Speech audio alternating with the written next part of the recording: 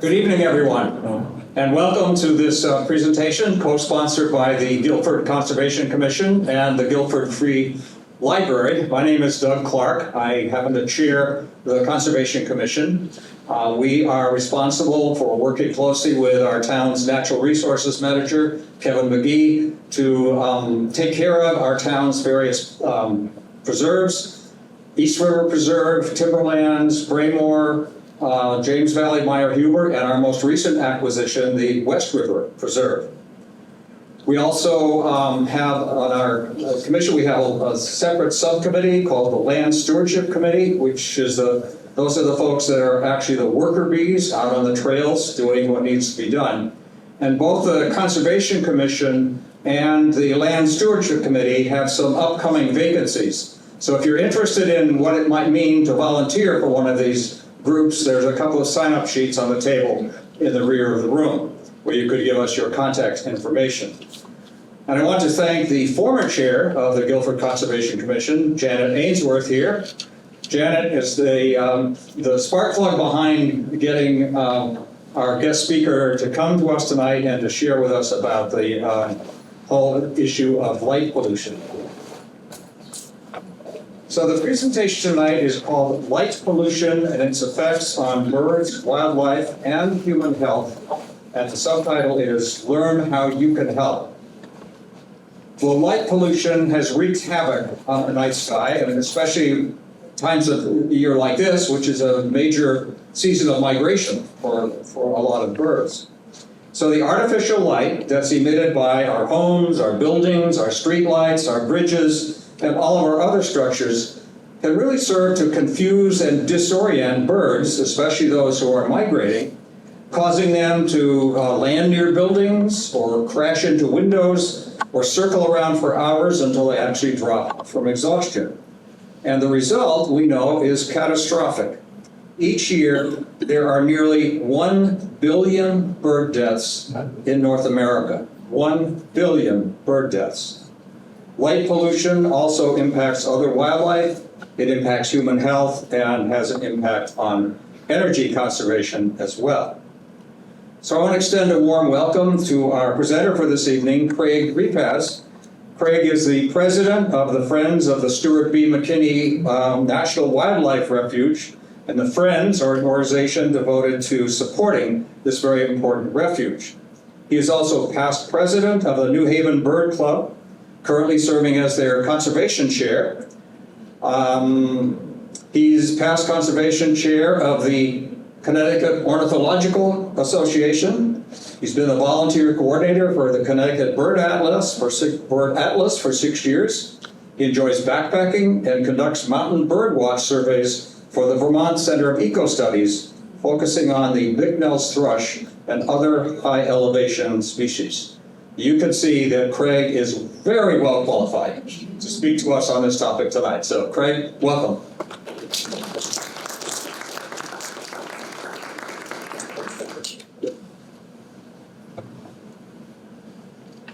So I'm sure all of you have a favorite patch, a plot of land that you like to go to and just be there.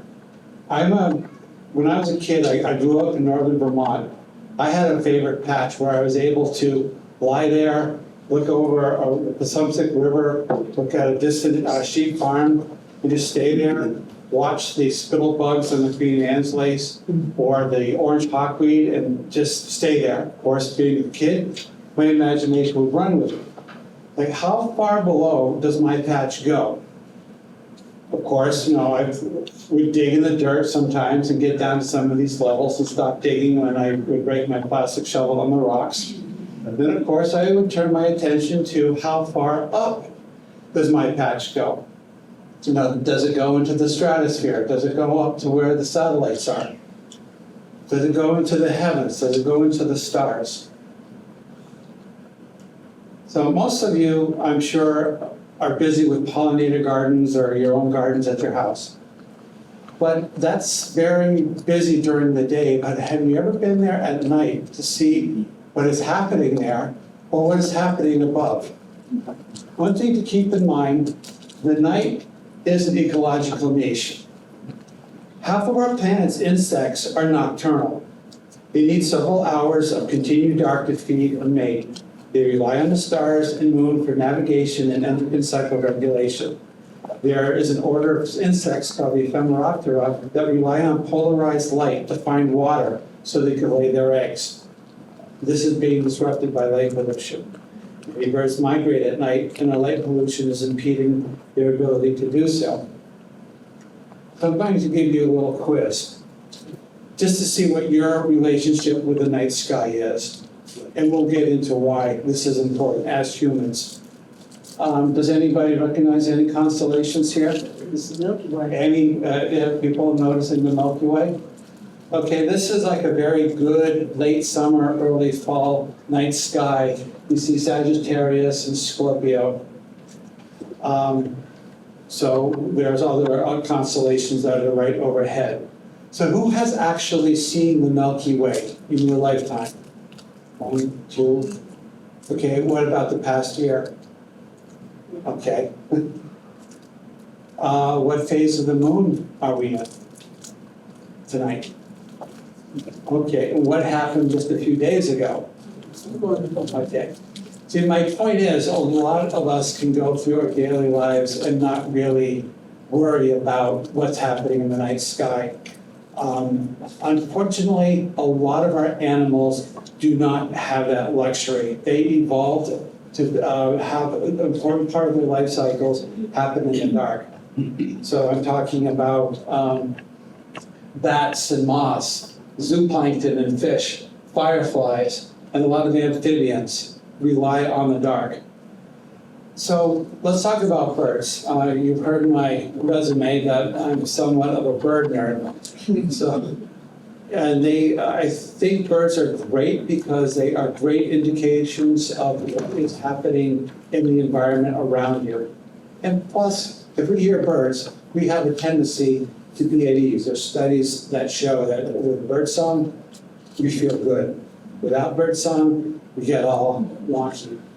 So we have 722 bird species in North America. 76% of those migrate. Of these, 80% migrate at night. That's astonishing. A lot of us in the bird community were astonished, surprised, shocked, appalled, not to get into a source, but this study came out in 2019 showing that we have lost close to 3 billion birds since 1970.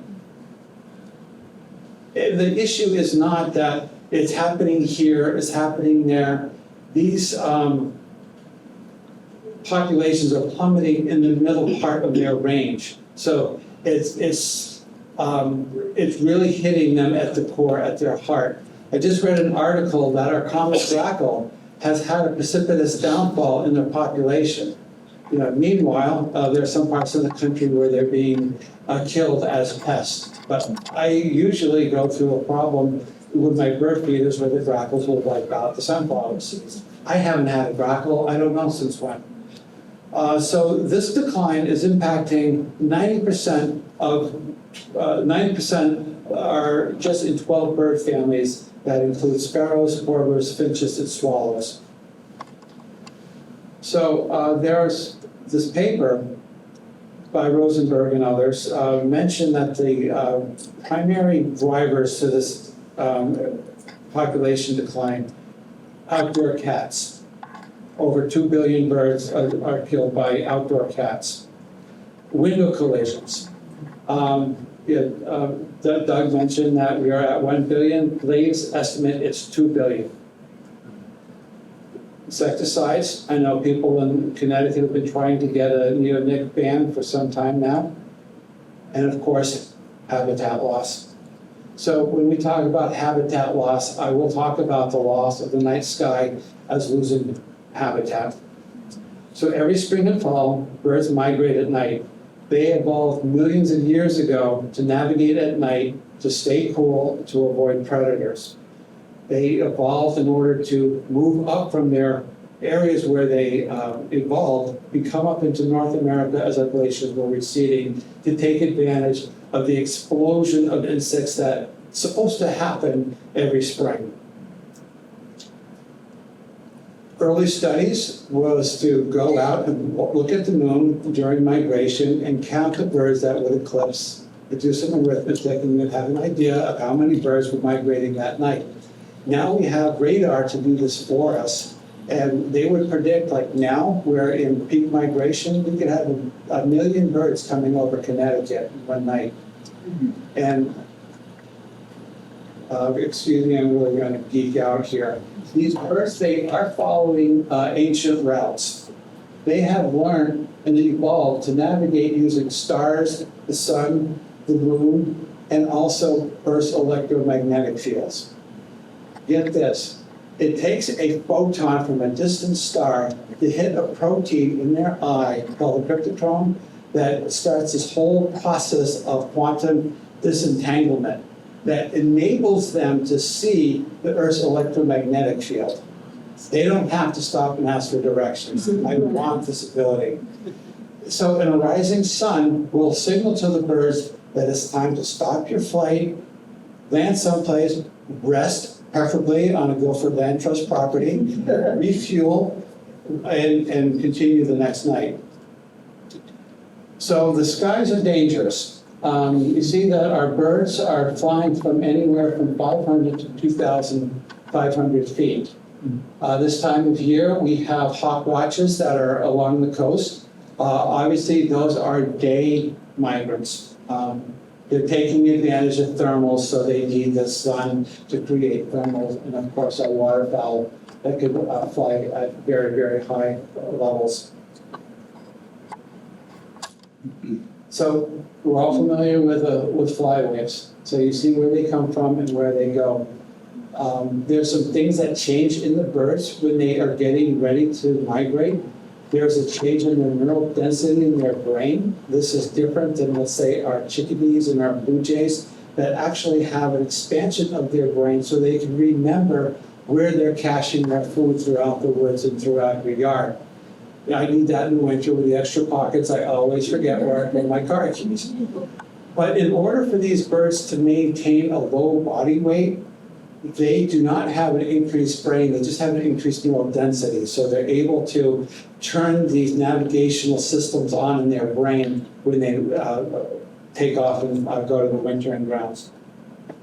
When they're flying, they have a way of sleeping on one side, one hemisphere of their brain. And they turn it on and turn it off so they can do, so they can rest as they're flying. One of the important things to remember is when the weather is bad up there, it's bad for the birds. They need a good tailwind to push them along, and they could go all night and get a lot of miles behind them. If they have a tailwind, they may not make it. They may be forced down into areas where they have to rest, or they could get obliterated. Sometimes they simply don't take off if they can sense that the weather is going to be bad. One thing I just read, that birds that at a banding station, they have observed some birds are always caught in the same net in these pairs. And they're finding out that they're not, it's just not a randomness, that they're starting to realize that these different species are actually migrating together like they're buddies. So the American redstarts and Magnolia warblers are some of those birds that will fly in interspecies pairs like that. One of the issues on the East Coast, we don't have the bad weather in the mountains that they have out west, so our birds have a tendency to fly at lower elevations. Yeah, that's a problem, because it puts them right into our perpetual time because of light pollution. We have built our cities and our civilization under the migratory routes. So nighttime migrants are colliding with human artificial daylight.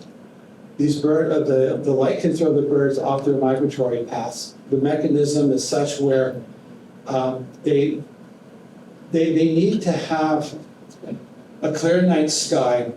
They are able to determine where north is. Fascinating experiment where they brought, this professor, researcher at Cornell, brought these birds into a planetarium, put them in funnels with ink on their feet, and he showed them the night sky, and they were trying to take off to go north.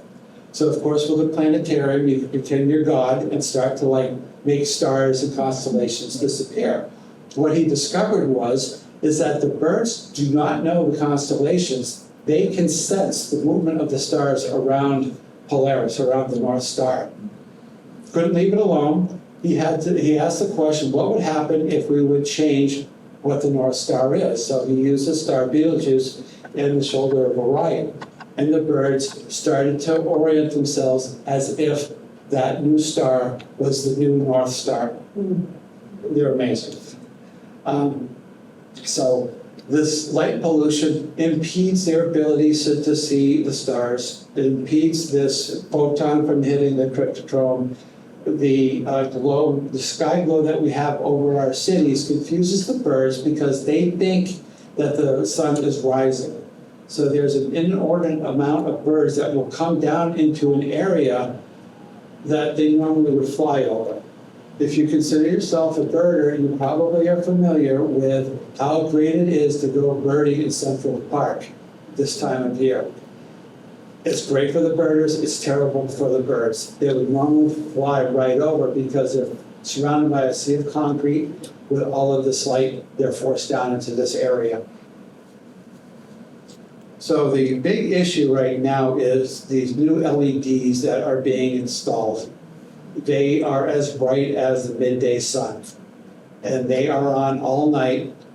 And this wavelength that they are on, this blue light, just bounces off from particles.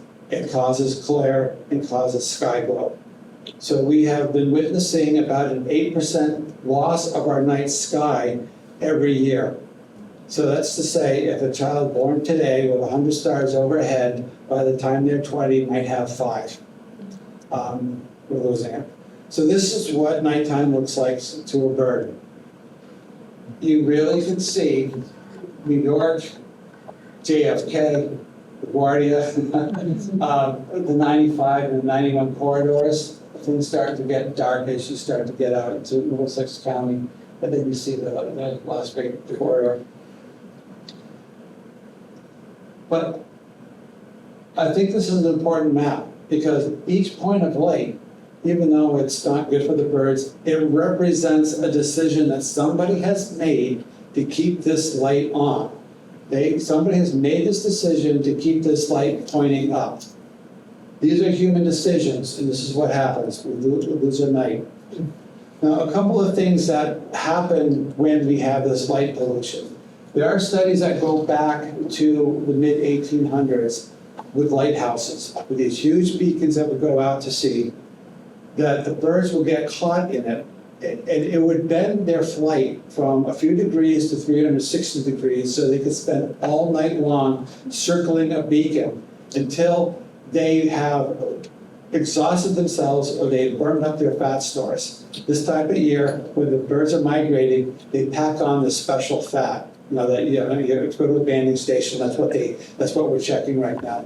So they burn through that, they're exhausted, they literally fall out of the sky. But the big problem with light pollution is that the birds become confused as to where they are, and they're pulled into areas where they would normally fly over. This time of year, obviously we have 9/11. That's very special to Americans. That monument's not going anywhere, nor should it. However, it's during the peak migration. Fortunately, the Audubon chapter in New York works with the people running the monument where they will monitor how many birds are flying around their beacons. It gets to a critical level. They say, shut off the lights. So for 20, 30 minutes, they'll shut off the light, and that is enough time for these birds to reorient themselves and move on their way. So a little bit goes a long way. So this is what we mean when we say shut off the lights. More about that later. So this is a real issue. So when I say that there are 2,000 bird collisions every year that result in deaths, this is the culprit. It's our glass. They're pulled into areas where they wouldn't be. They see their reflection, not their reflection, but they see all what they think is habitat, shrubs, plants, trees, and they fly into it and they strike the glass. Worse are the ones on these walkways where the birds could actually see through and they're trying to get to the other side. We humans can't see glass. That's why you go to a bank or an airport, they do everything possible to make sure people aren't running into glass. Why can't we do that for birds? So this is a real issue with the bird collisions and why it is linked to light pollution. So unfortunately, we have to update our numbers from 1 billion to 2 billion, and this just came out this past spring. Dr. Loss and Professor Clem, they were analyzing the data as far as collisions and the impacts and doing the damage that was done and realized that there's a lot of birds that are flying off and they're dying in the shrubs, they're dying in the vegetation that goes undetected. So they adjusted the numbers up to 2 billion birds a year in North America. I am sure we remember last October when this place in Chicago, McCormick Place, was in the news. In one night, well, first of all, they were doing everything, doing some things to help with the issue of bird collisions. They were shutting off 50% of the lights. And I prepared this slide to show that by shutting off 50% of their lights, they were seeing a 60% decrease in their window collisions. So it's not linear. So just do something with your lights and you're going to protect the birds. But then came that night when they had 1,000 birds collide. It was a perfect storm, the way the weather was, the timing of the migration, the weather pattern, everything. So this is McCormick Place. Of course, the question is, what's happened in the rest of Chicago? It was carnage across the city, but they're the ones that actually got all the bad publicity. But these are the birds that were killed during that. I want to report that they have, the owners in McCormick Place have worked with Feather Friendly. It's a company for window-proofing out of Toronto. Worked with them to get their windows retrofitted so the birds could actually see them. So at least they did something about the problem. So yeah, here again, the birds go into our open spaces, our parks, our land trusts, and then they're more prone for these collisions. Now, it's easy for us to blame these big bad corporations with their glass buildings. You know, go down 95 through Stamford, you know what I'm talking about. But they only account for half of the mortality. The rest of it is at our homes, at our small businesses, on our buildings that are 1 or 2 stories. So unless you're doing something about it, you're half the problem. I would love to see some study that teases out the injuries that birds face with the cat issue to see what kind of overlap, but that's just the science geek in me. So it's important to reiterate, 722 species in North America, 76% migrate, 80% of those migrate at night. We lose 2 billion birds every year. A lot of our birds are really facing extinction right now, because some of them may wind up to be just a ghost in our memory. So we're asking people to retrofit your windows and shut off your lights. So other things, enough about birds. What about bird food, insects? A study came out a few years back in Sweden where they were reporting like 750 species captured on their using their natural history, and realized that those are starting to drop off, but they weren't doing anything as far as numbers or biomass. And there was a collection of these people in Germany that just would collect insects. And they said, well, our biomass has really plummeted. The insects aren't there. So that started a huge panic through the science industry, through the science community, that we don't know what's going on as far as this insect, what they call the insect Armageddon. So it was getting very, very popular press in a lot of our magazines. Who remembers driving around in June where you have to stop every night and clean your windshield? Who had to do that this year? Maybe once a week, twice a week, twice a month? It's just, the insects aren't there.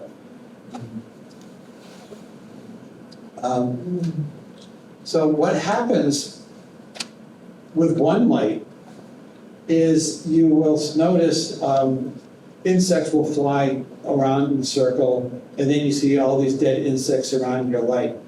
What happens is if you have a string of lights throughout your neighborhood or your street lights, it is a vacuum cleaner effect. So if you have moths, they need to go from where they are here over to the ideal breeding area to mate and lay eggs. They don't get there because they get caught up in the lights. So you could have an entire geographical area having zero reproduction.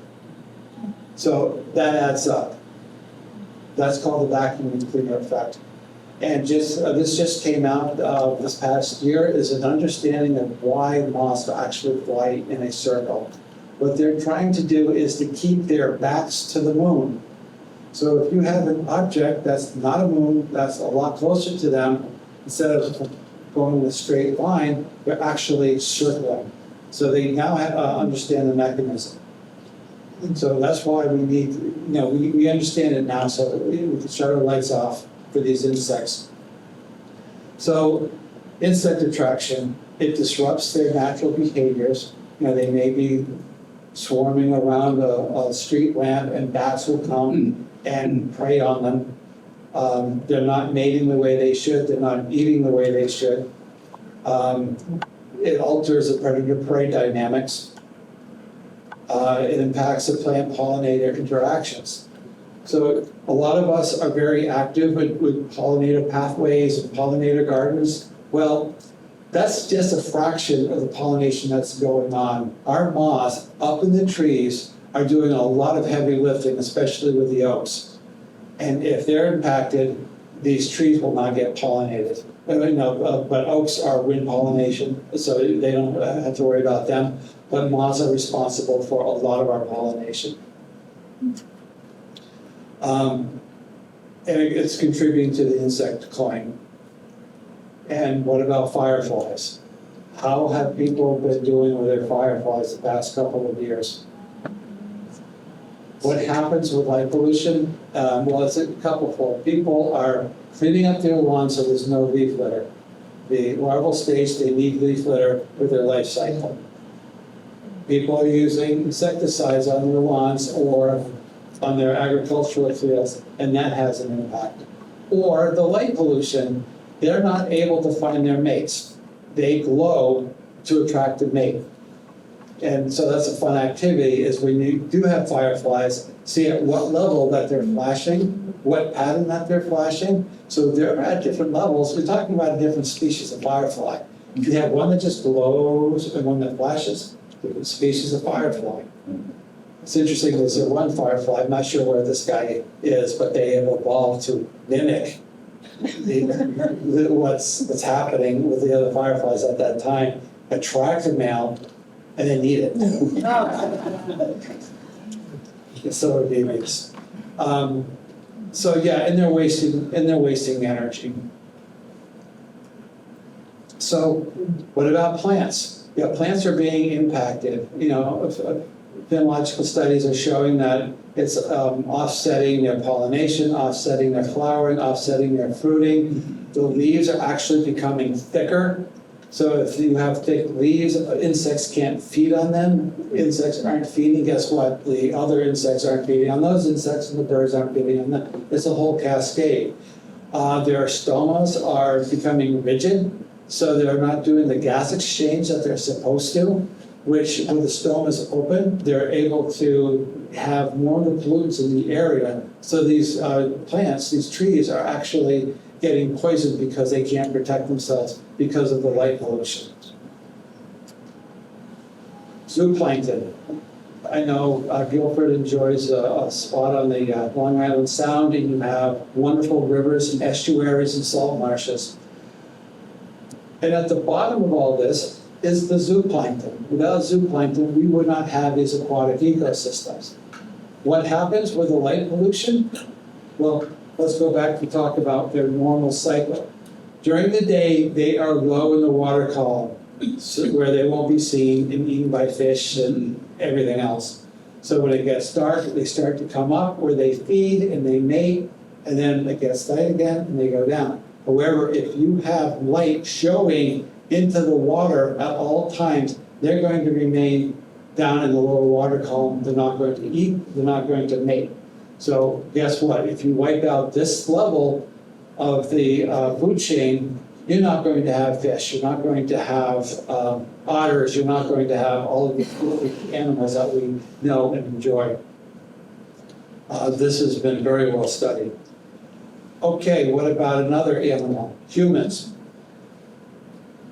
There is a lot of information, published information on that. Our website, Lights Out Connecticut, lists a lot of this literature. First of all, driver safety. You have this glare coming from some of these light fixtures into our roadways. You could have a warehouse on the side of the highway glaring into traffic. Unfortunately, as you age, if you have the fortune to age, you're going to have an issue with increased glare. It's just a fact of life. So if there's a lot of light pollution, you're going to suffer from glare. You're not going to be able to see as well. Light pollution has no effect. In fact, it actually contributes to crime. This is very well said. This is very counterintuitive. Criminals like us, we need light to work. So if you're lighting up your work area, you're giving them a nice work environment to work in. So if it's dark, it just and triggers on when they are there, it's going to startle them, it's going to turn on the cameras, and that is the most effective. And they have found in areas where there is light, the crime does go up. And they're the famous study out of Chicago. It interferes with our circadian rhythms. A very important hormone that we have is melatonin that's supposed to rise during as the night comes on. However, if you're exposed to light, that doesn't happen. Your melatonin level stays suppressed and you don't sleep well. Unfortunately, melatonin helps regulate our immune system. Every day, your body is making cancer cells. At night is when our immune system is supposed to get rid of those cancer cells. So with this suppression of the melatonin in our immune system, that's not happening. There was a study in Israel of women who were exposed to light pollution and determined that they had a 63% increase in their risk for breast cancer. Then we have prostate cancers. These are endocrine-related cancers, so it's not going to impact things like lung cancer. It's just endocrine-related. It impacts our sleep, our mood, depression. Also, it interferes with our leptin cycles. So people who are bombarded with light pollution, they have a tendency to eat and overeat, causing obesity. And with obesity, unfortunately, is type 2 diabetes. Also, the link that came out in the past month as a contributing factor to Alzheimer's. All this because the lights are on. So a couple of things. I was just down in Greenwich yesterday, and they have passed some ordinances. They don't call them ordinances of how people are to light their properties and their businesses. And I would like to really find out what's happened here in Guilford, because I know that you have made some great strides. But there are some ways that we can analyze our lights. The issue is uplighting. So this is called the bug rating for backlight, uplight, and glare. So if you want to have a light on your sidewalk or your driveway, you don't need to light the sky above you. That is wasted. You need to light down where you're going to actually need it. So there is a way of rating of the angle that as the light comes out of the luminaire, out of the light fixture, and also determining the glare. Glare is actually the light that you see that hits your eye directly. That's the definition for glare. So when you have the lights pointed down the way where you need it, you're not going to get glare. So another aspect is the carbon footprint of light pollution. You know, we're all trying to do our best to lessen our carbon footprint. So if you're wasting light, you're wasting energy. Dark Sky International estimates that 30% of all outdoor lighting in the United States is wasted as light pollution, resulting in the release of 21 million tons of carbon dioxide per year, which is equivalent to nearly 5 million gas-powered cars driven for 1 year. Think of the waste of light as the flame you see before you feel the heat. A couple of things that we had done with Lights Out Connecticut, we realized we got to bring along the next generation. Some of us aren't going to be around, and we really hope that there's going to be some warriors coming up in the younger generations. This is a lesson plan that was put together by a teacher in Westport and the founder, co-founder with me, Meredith Barges. It's a beautiful lesson plan. It's free. Just go onto our website and check it out. It has games, it has activities where the kids are using different like radar applications to see how and why the birds are flying, where they can assess the light pollution in their own neighborhoods and at their homes and things that you do. It's full of a lot of great activities, and it qualifies for some of the state regulations. One thing that we have done, this kind of leads up to where we need to go.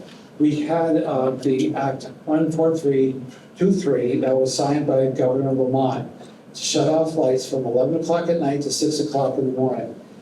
This is a step in the right direction. This is the state that is showing that it could be a leader and do something. I don't think it goes far enough, but it's a step in the right direction. I'll take it. It's called an act concerning the implementation of certain climate change measures. Excuse me, I jumped ahead. So the Lights Out Connecticut law is just state-owned buildings. There's a lot of other buildings in the state that aren't owned by the state. So everybody has to shut their light off. So everything contributes to light pollution, whether or not the state owns it or not. We tried to get in on this bill last session, 5004, which was a climate bill, to get light pollution, so we feel it's low-hanging fruit. It's a matter of shutting off the lights, and you can reverse your carbon footprint a little bit. We have tried to get some exclusions to the state building code kind of reversed, because these go back to when they were using more the incandescent or the halogen lights and not the current LED. So we need to update some of these exclusions for the more current technology. We came out with a model outdoor lighting regulations for Connecticut. This is on our website. It's free, and I have a few copies, hard copies, so if you're in town government, I will be happy to give you a copy. So that's on our website. It doesn't approach things in the way of zones, where some towns do, like Greenwich has zones. We thought it would be simpler just to go with across the board changes. So one of the things that it's addressing is the 5 points that are mapped out by Dark Sky International, where you ask yourself these 5 questions about your lights. Is it useful? Do you need it? If you have your driveway light on at 2 o'clock in the morning and everybody's been home since 7, do you need that light? If you don't, shut it off. If you do need it because somebody's coming home, okay, leave it on. Is it targeted? Is it going where you need it? Are you lighting up your trees? Are you lighting up your neighbors? That's an issue I'll get into in a moment. Are you using the lowest level of lumens that you need? We don't need all this bright light. We evolved to do just fine in moonlight. You know, we used to have these gatherings. We used to get up in the middle of the night with the moonlight and just have a social time. We humans don't do that anymore. Is it controlled? When I say controlled, is it on a timer? Is it on a motion sensor? These are things that you can do. It's going to save money. It's going to help your health and your neighbor's health and help wildlife. And warm colored. Remember that bug light on your grandmother's back porch? It has that amber color. That is the friendliest for wildlife. If you have these, what do they call them, blue, cool blue, that's terrible. Those are really, really high frequency, which is terrible. So if you go with something that has a Kelvin rating that's around 2,700 or less, that's ideal if you need to have light. A couple of other points with our lighting. This also applies to sports lighting. There's a company out there, Musco. They gave me a prop. I didn't set it up. But they're able to light a soccer field and have the lighting end at the edge of the field or enough to have the Gatorade bucket lit up. It doesn't light up anything else. And so this is exactly what we mean by putting the light where you need it. And it's also computer-based, so if a neighbor says, they forgot to shut the lights off, then it's okay, no one's there, and we can remotely shut things off. I have an issue, and I live in Hamden, that sometimes a high school can leave their lights on, and it's just flooding lights throughout the neighborhood. So this is called light trespass. If the light is going beyond your property, it's going into a neighbor's property, or going into a neighbor's or your windows. You have the right to enjoy your property. You have a right not to have these health risks. So I know a lot of towns do have these light trespass laws. I don't know if Guilford has such a thing.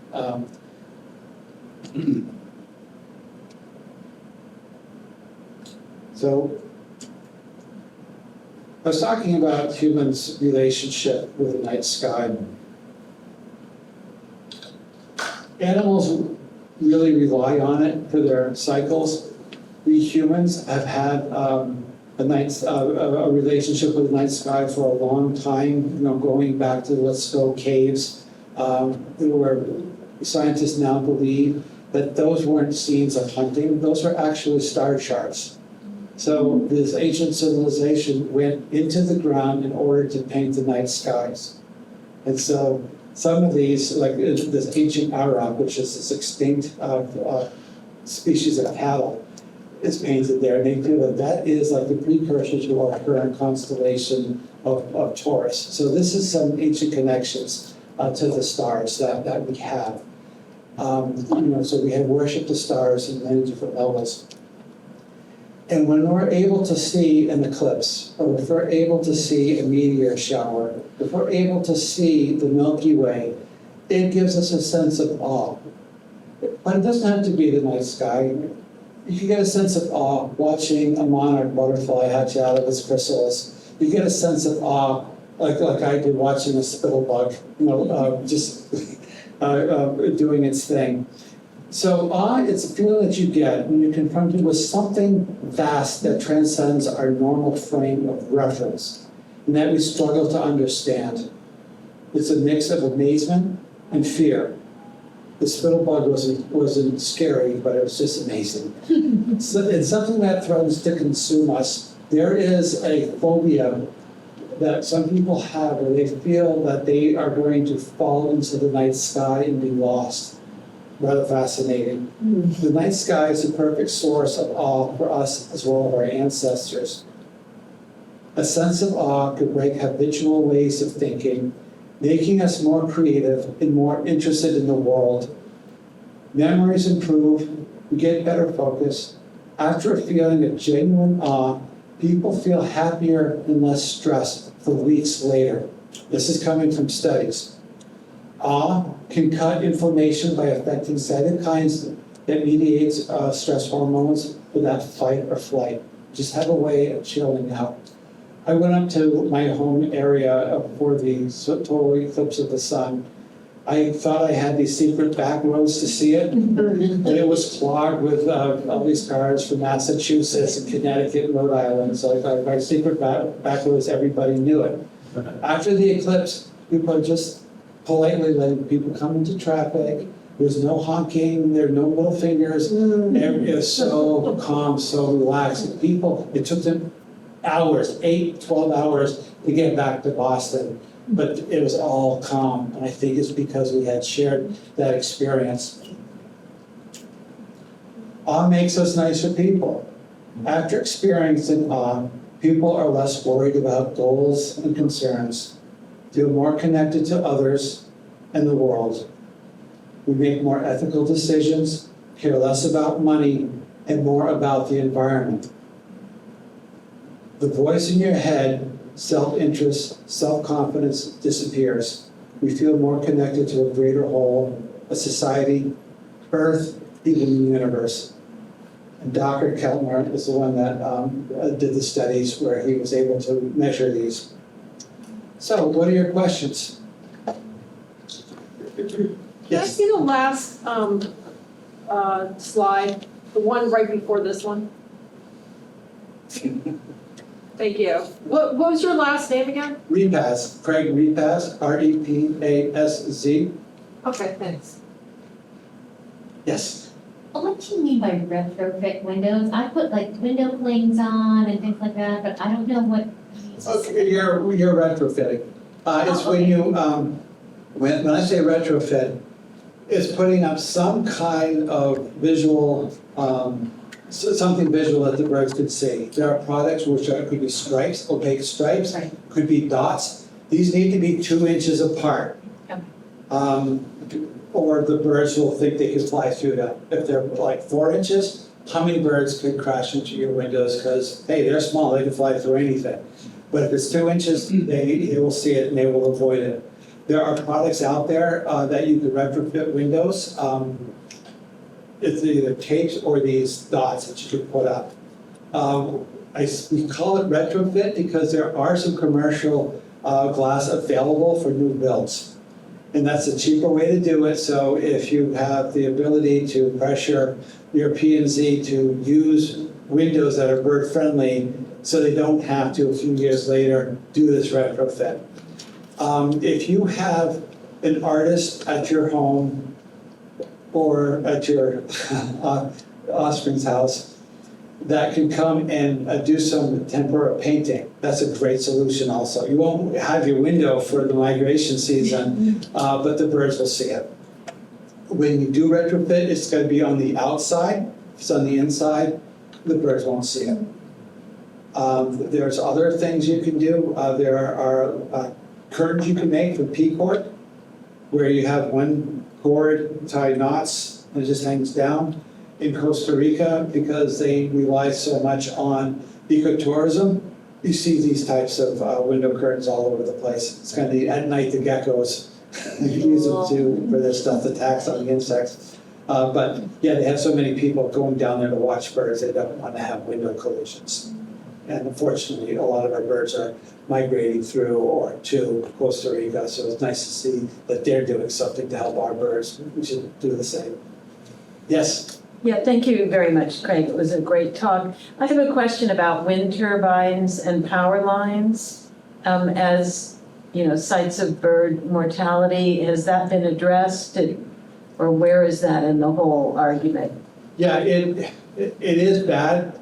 Wind turbines could chop up birds, it could chop up bats. I heard one ray of hope. I think it was in one of the Nordic countries. They saw that if they painted one of the blades on their wind turbines black, it had a way of making the whole apparatus visible to the birds, but I don't know where we stand on that. There have been efforts to watch the radar, so on a heavy flight night, shut the turbines off. So they're not going, the birds won't get chopped up or not. But it is a factor. Yes, sir. What's your thoughts on decorative lights for the holidays. We've already started to see Thanksgiving lights and Halloween lights. Halloween's now one of the largest decorative seasons. That's a great question. This came up in Greenwich. They have an exclusion for holiday lights. To talk about Halloween, it's getting close to the end of the fall migration. And if the lights are, here again, like the orange color, because orange is a Halloween color, that's fine. As long as it's not pointing up, if it's pointing down, it's even better. For Christmas, as long as it's not like flooding a whole side of a house, that's also good. They avoided this because, yeah, it's going to be something that a lot of people could have an issue with it. But with Christmas, the migration is over. A lot of the insects have already succumbed to a couple bad frosty nights already, so it seems innocuous from the insects and bird point of view. Yes, sir. When the electric lights were invented, was there immediate effect on people? Great question. Sleep and sleep? That's a really good question. We are finding, they found that the incandescent lights, when they were first invented, were not affecting people because they were being shut off. Because, you know, the way we were raised, shut off the damn lights. But I think now, because we have gone into these LEDs, you know, these LEDs that came out, the two Japanese scientists that invented them were given Nobel Awards because it was supposed to be a way of lighting and saving money. But what happened was people bought more and more and more. So it offset. But there's no way an incandescent is going to be as bright as some of these LEDs that are on the market. Great question. Anything else? Well, thank you so much for your attention. I have literature, and if you want to get on our mailing list, there are pledge forms. I'll just get your information and put you on our list. We send out newsletters or other announcements about our activities, so hope to keep you in the loop. We do become active around the legislative session. So, very good.